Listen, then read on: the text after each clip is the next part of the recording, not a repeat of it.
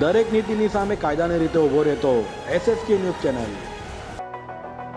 વેસ્તાનમાં રાહુલની કરાયેલી ઘાતકી હત્યા મામલે પોલીસે હત્યારા પ્રશાંત અને તેના મિત્ર પ્રદીપની ધરપકડ કરી સળિયા પાછળ ધકેલી દીધા છે।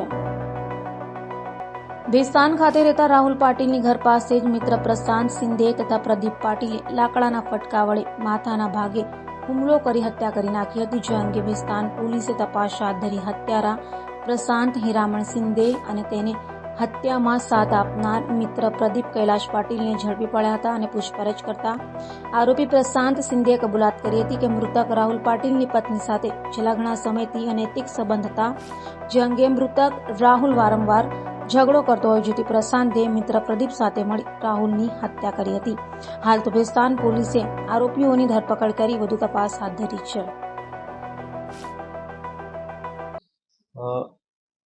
ગઈકાલ 8/7/2024 આશરે રાત્રે 10 વાગ્યાની આસપાસ વેસ્તાન પોલીસ સ્ટેશનમાં એક ટેલિફોનથી એક જાણ કરવામાં આવેલી હતી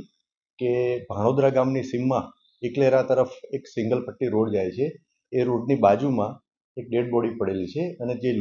લુહાણ હાલતમાં પડેલી છે। જે અનુસંધાને વેસ્તાનની સ્થાનિક પોલીસ અને વેસ્તાનના પોલીસ ઇન્સ્પેક્ટર શ્રી સ્થળ ઉપર પહોંચેલા હતા। સ્થળ ઉપર ડેડ બોડીની પ્રાથમિક તપાસ કરી તો એમાં હેડ ઇન્જરી એટલે માથાના ભાગે ઇન્જરી હોય એવું જણાઈ આવેલું। આસપાસ થોડી તપાસ કરી તો એને બીજી પણ ઇન્જરીઓ અને બ્લડ નીકળેલું હતું, જેથી એની ડેડ બોડીને આઈડેન્ટિફાઈ કરવા માટે સ્થાનિક લેવલે પ્રયત્ન કર્યા અને ખૂબ જ ઝડપથી આ ડેડ બોડી આઈડેન્ટિફાઈ થઈ ગઈ અને એ જે ભોગ બનનાર હતા એ રાહુલ દિલીપભાઈ પાટીલ કરીને જણાઈ આવ્યું। એના ઉપરથી થોડી આગળ તપાસ હાથ ધરતા એના સગા સંબંધી એટલે કે એની પત્ની અને એના ભાઈ એની તપાસ કરતા મળી આવેલા અને એ એના પત્ની અને એના ભાઈની લાવી અને પૂછપરછ કરતા આ સંબંધે બે આરોપીઓએ આનું